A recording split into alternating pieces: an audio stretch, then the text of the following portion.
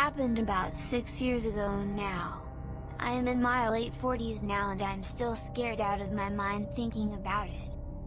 It happened on my brother's farm, in South Africa in a town called Meyerton. We were renting the old farmhouse from him. The house was about 100 years old. This I found out by the neighbors that have been living in the area for more than 50 years later on. When I and my son moved into the farmhouse, I felt that there was something not right. Whenever I am alone in the house I felt scared and could not explain this. I am very scared of the dark.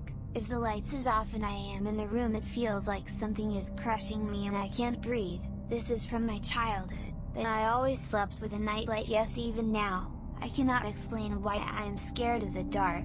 Some doctor said to me that something very bad happened to me when I was small and this is some of the after effect. Well, I can't recall anything.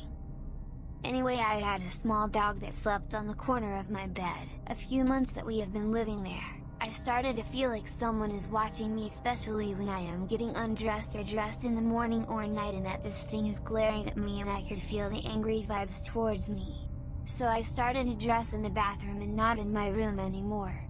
At night when I am in bed, the dog stands on one corner of my bed and then starts growling at the corner of the room and her back hair is standing upright. This goes on for some time until I look straight at the corner where she is barking and demand whatever is in that corner to go away. Then the dog stops growling and lay down and sleep.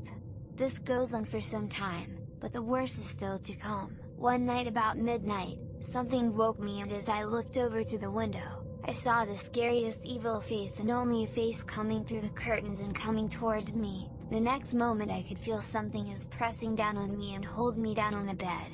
I could not move or breathe for that matter. I was frozen. I do not know how long I was frozen in that state, but all I could think of was to pray to God, and I was thinking, God, please help me. And the next moment I was released and I could move. My dog jumped up and ran out of the house when this happened and did not want to come back into the house. I was so scared and very cold. I asked my son to come and sleep with me in my bed, with the lights on. I did not sleep alone in my room again. The next day I told my mother what happened, and everybody that came into the house said they did not feel anything wrong. Not long after this incident, I moved out of this house. There is other people living in this house now and they reported nothing is out of place. I know what happened with me was not a dream. It really happened and I will never forget it. Growing up, I was always interested in the paranormal.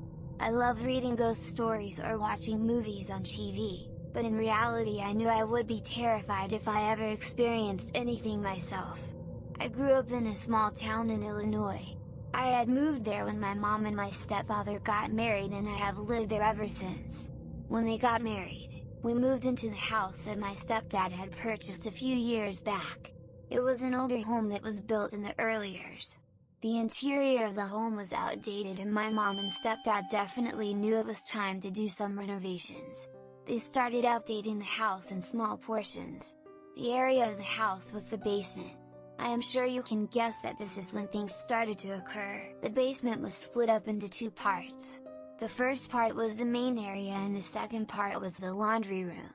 My parents decided that they were going to make the main part of the basement my playroom, because I had too many toys that needed their own space. In the laundry room, there was a crawl space. It had a little wooden door that covered the opening. Now the crawl space was not low to the ground. It was up higher on the wall with a few steps you had to walk up to get into it. So the door was at eye level. For some reason, my mom always kept that door open. There were no lights in the crawl space either, so it was rather creepy. A couple weeks after they had finished the basement, we were all eating dinner in the kitchen. Now the basement door is in the kitchen, and it is always open.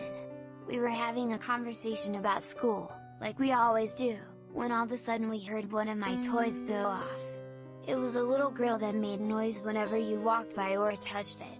We thought it was pretty odd, but brushed it off. The next night, it did the exact same thing. Except this time, it kept going off. When my stepdad finally stood up to go downstairs and turn it off, the doorbell on my Barbie doll house started to go off. He eventually went down there and took the batteries out of both. After that I only went down there and played if I had friends over. Another occurrence in the basement happened in the laundry room. My mom then asked me to go grab the laundry out of the dryer. When I did, I was just about finished when all of a sudden the door on the crawl space started to slowly close. Now remember, it was always open, so I could see right into it. I don't think I've ever run that fast up the stairs before. Needless to say, I spent as much time as possible in that basement. The next area of the home that my parents renovated was the kitchen. It was a Saturday night, and my parents were in the process of renovating the kitchen. They had pretty much just started. They decided to let me stay home, while they went to the hardware store to pick up some things for the renovation. So I decided to watch some TV in the living room while they were gone. My living room is right next to the kitchen, so it was very easy to see the kitchen from where I was sitting.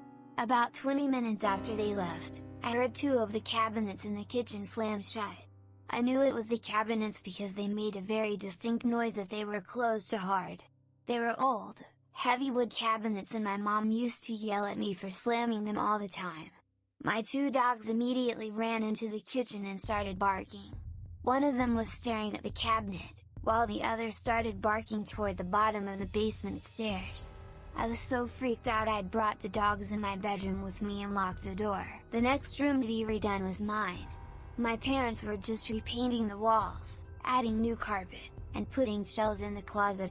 Now by the time they had started redoing my room, my little brother was about 5 years old. My parents decided that they wanted to go out for the night, a couple days after they finished my room, so they asked me to babysit. I invited a friend over to help me babysit and see my new room. We had brought some toys in the room for my brother to play with, while we sat on the bed and talked. About an hour after my parents left, my brother stopped dead in his tracks and lifted up the bed skirt on my bed. He was sitting at the end of my bed on the floor playing with his toys at the time. Once he lifted up the bed skirt, he immediately started screaming. He jumped up and asked him what was wrong. He started to cry and said that the bad man was underneath my bed. We checked and there was no one there. He pretty much refused to come back into my room for the rest of the night, and my friend and I were pretty relieved to get out of there ourselves. Flash forward a couple of years and now I am a sophomore in high school. My parents had just finished putting a huge addition onto the back of the house to add a third bedroom. My brother's bedroom used to be the office area, which was pretty small, so they knew it was time to add on to the house. They didn't want to move because the housing market was awful at the time. My parents' old room became my new bedroom, and my brother got my old room. The addition is where my parents' new master suite was. Once again my parents repainted their old room and replaced the carpet so that it was newer for me. They also repainted my father's room as well. A couple months after moving into my new room, I was sleeping when all of a sudden my bulletin board hit me in the back of the head. Now my bulletin board was pretty much super glued to the wall. There was no way it was coming off, because we had put about 10 heavy-duty glue strips on the back. The board itself was right above my tall dresser. My bed was right next to that dresser. As soon as it hit me, I knew what it was. I was so scared, that I refused to move.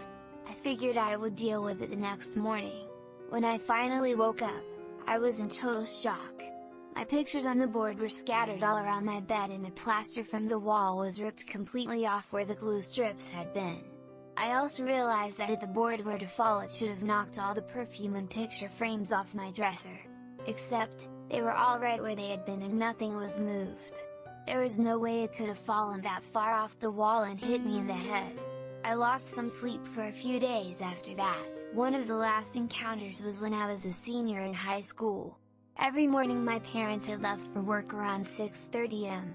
It was very rare that they were late or stayed home from work. I usually woke up at 7:30 for school. One morning, I woke up a couple minutes before my alarm because I heard my mom blow drying her hair. I thought that was odd because I knew she should have left for work already. I got up and started walking towards the bathroom, which was the last area of the house to be renovated.